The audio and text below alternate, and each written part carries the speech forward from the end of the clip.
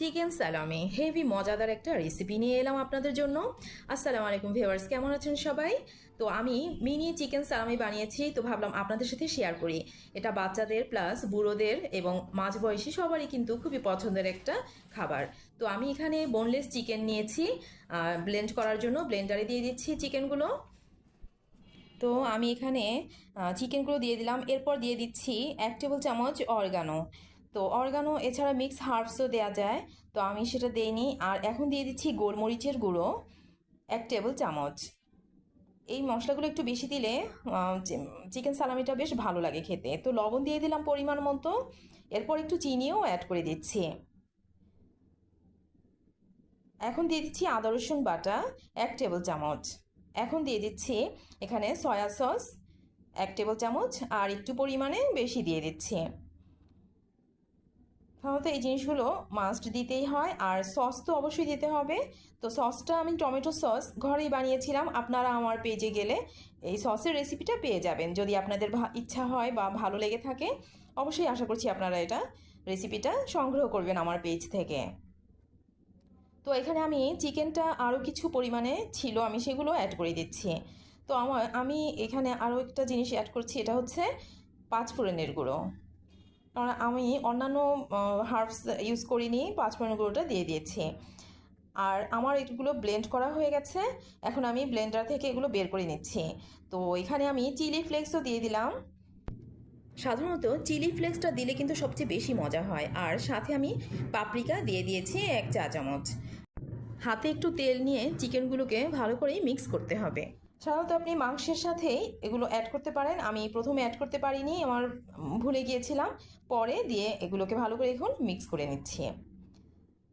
আর এখন ফয়েল পেপারে আমি একটু তেল দিয়ে ভালো করে এটাকে বিছিয়ে নিব তেলটাকে। এখন আমি অর্ধেকটা দিয়ে দিচ্ছি চিকেনের ফয়েল পেপারে মুড়িয়ে নেওয়ার জন্য। তো এখানে আমি এইটাকে ভালো করে একটু লম্বা করে প্যাড়ার মতো বানিয়ে নিতে হবে, ভালো করে মিক্স করে নিতে হবে। এখন ফয়েল পেপার দিয়ে এটাকে ভালো করে মুড়িয়ে লম্বা করে মুড়িয়ে নিতে হবে, দুই দিকে ভালো করে মুখটা বন্ধ করে দিতে হবে। তো ফার্স্ট পর্যায়ে দুটো প্যাড়া বানিয়ে আমি কভার করে নিয়েছি। এরপরে আরও একটা ফয়েল পেপার দিয়ে এই দুটোকে আরেকবার কভার করে নিতে হবে, যাতে এর ভিতরে পানিটা না ঢুকে যায়। কেননা পানি ঢুকলে জিনিসটা নষ্ট হয়ে যাবে, সালামিটা সুন্দরভাবে তৈরি হবে না। তো দুটোটাই আমি কভার করে নিচ্ছি। তো ভিউয়ার্স, আপনাদের যদি ভালো লেগে থাকে আপনারা এইভাবে অবশ্যই করে ট্রাই করবেন বাসায়। খুবই ভালো একটা রেসিপি হয়েছিল। আর এখন আমি পানিটা সিদ্ধ করে ফুটিয়ে তারপরে সালামির প্যাকেট দুটো দিয়ে দিচ্ছি। পানি আমি পরে আরও অ্যাড করেছি, পানি কিছুটা কম হয়েছিল, এজন্য পরে আমি আরও দিয়ে দিয়েছিলাম। এই যে ভালো করে ফুটছে, এখন হয়ে গেছে। আমি একটা চামচ দিয়ে দেখে দিচ্ছি হয়েছে কিনা। হ্যাঁ, শক্ত হয়েছে, তো এর মানে সালামিটা হয়ে গেছে। আধা ঘন্টার মতো লেগেছে এগুলো সিদ্ধ হতে। তো আমি এগুলো এখন তুলে নিচ্ছি। ফাইনালি আমার সালামিটা হয়ে গেছে। এখন এগুলোকে ভালো করে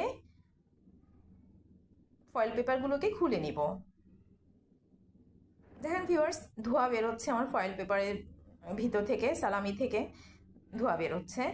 আমি আমি আসলে এর আগে একবার সালামি বানানো ট্রাই করেছিলাম, সেটাই আমি ফেল করেছি। আমি দেখবেন আপনারা আমার পেজে গেলে সালামির আরেকটা রেসিপি আছে, সেটাতে পানি ঢুকে গিয়েছিল। আমি সেটা অন্যভাবে সিদ্ধ করেছিলাম, তো সেটা আমার হয়নি। যাই হোক, না হওয়াতে সেটাকে আমি পরে চিকেন কাটলেট বানিয়ে ফেলেছিলাম, আপনারা আমার পেজে গেলে দেখতে পাবেন। তো এই আমার সালামির ফাইনাল লুক। এখন আমি এগুলোকে হালকা একটু তেল দিয়ে চুলায় বসিয়ে হালকা ভেজে নিব। সামান্য একটু কালার, জাস্ট একটু বাদামি কালার করে তুলে ফেলবো এগুলো ভেজে,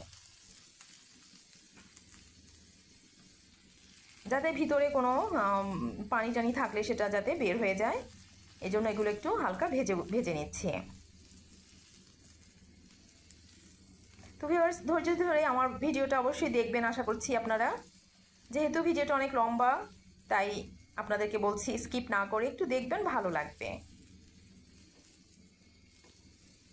তো সালামিটা এইভাবে আমি ভেজে নিচ্ছি আপনাদেরকে জাস্ট দেখানোর জন্য, কিছুটা সময় বেশি রেখে দেখাচ্ছি। হয়ে গেল আমার এটা সালামিটা। এখন আমি এগুলোকে তুলে ভালো করে পিস পিস করে কেটে নিব। সাধারণত সালামি অনেকভাবেই কিন্তু বানানো যায়, মগের মধ্যে দিয়েও কিন্তু ভাপে সিদ্ধ করে নেওয়া যায়। তা আমি একটু এইভাবে করেছি, এই প্রসেসে বানিয়েছি। এখন আমি সালামিগুলোকে ভালো করে কেটে নিচ্ছি ছুরি দিয়ে, গোল গোল করে কেটে নিচ্ছি। এটা সাধারণত ছোটো ছোটো বান দিয়ে অথবা পাউরুটির ভিতরে দিয়ে কিন্তু সস, মেয়োনেজ, লেটুস পাতা সব কিছু দিয়ে এটাকে সুন্দরভাবে খাওয়া যায়, পরিবেশনও করা যাবে। মেহমান আসলে আপনি সেটা মেহমানদেরকে দিতে পারেন, খুবই খুশি হবে তারা ইনশাআল্লাহ। তো আমার হয়ে গেল এটা। আপনাদের কেমন লেগেছে কমেন্টে অবশ্যই জানাবেন। ধৈর্য ধরে আমার ভিডিওটা দেখার জন্য আপনাদেরকে অসংখ্য ধন্যবাদ। তো আজকের মতো বিদায় নিচ্ছি, আপনাদের সবার সুস্থতা কামনা করে এখানেই শেষ করছি আমার ভিডিওটা। তো রেসিপিটা কেমন লেগেছে কমেন্টে অবশ্যই জানাবেন। আজকের মতো বিদায়, আল্লাহ হাফেজ।